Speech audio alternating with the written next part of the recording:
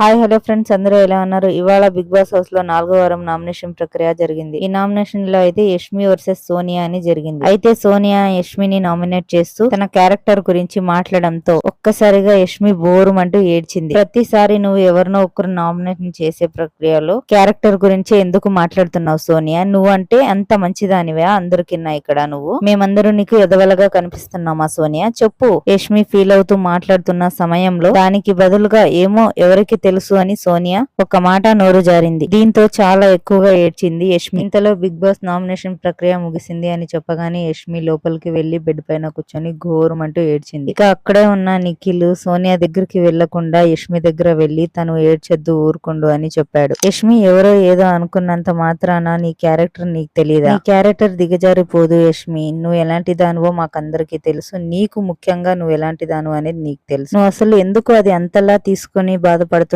యష్మి? నిఖిల్ తను అక్కడ అలా మాట్లాడినా కూడా నువ్వు ఒక చీఫ్ గా ఏమీ మాట్లాడలేకపోయావు. నాకు చాలా బాధ అనిపించింది నిఖిల్. అప్పుడు నేనేమైనా సోనియాకి సపోర్ట్ చేస్తున్నానా? తనకు అలా సపోర్ట్ చేసేవాడినే అయితే ఆ రోజు కూడుగుడ్డు ఇచ్చిన తర్వాత ఆ టాస్క్ లో మా ఇద్దరికి పోటీ పడిన తర్వాత నేనెందుకు గెలుస్తాను చెప్పు? తన్నే గెలిపిస్తుంటే కదా. నాకు సోనియా గురించి తెలిసింది కాబట్టి తనకు నేను దూరంగా ఉంటున్నా. కానీ నేను ఎప్పుడు సోనియా దగ్గరికి వెళ్లి సోనియానే వదిలిచేవాడిని. కానీ నేను నీ దగ్గర ఎందుకు వచ్చి కూర్చున్నాను? చూడు యష్మి, ఇప్పుడు నాకు ఎవరు ఎలాంటి వాళ్ళు అనేది బాగా అర్థమైంది. అందుకే నేను ఇక్కడ వచ్చి నిన్ను ఓదారుస్తున్నాను. చూడు యష్మి, మనకు ఒకరు క్యారెక్టర్ లేదు అంటే మన క్యారెక్టర్ కి ఏమీ అవ్వదు. ఎక్కువగా ఏమీ మనసులో పెట్టుకోకున్నట్ల హ్యాపీగా గేమ్ ఆడి బాగుండు అని అన్నాడు నిఖిల్. ఏదైనా సరే సోనియాకి దూరంగా ఉండి నిఖిల్ మంచి పని చేశాడే. మరి మాట్లాడితే సోనియా ఒకరి క్యారెక్టర్ గురించి, ఒక ఫ్యామిలీ గురించి మాట్లాడడం ఎంతవరకు కరెక్ట్ అంటారు ఫ్రెండ్స్? మీరే చెప్పండి, కమెంట్ రూపంలో తెలియజేయండి.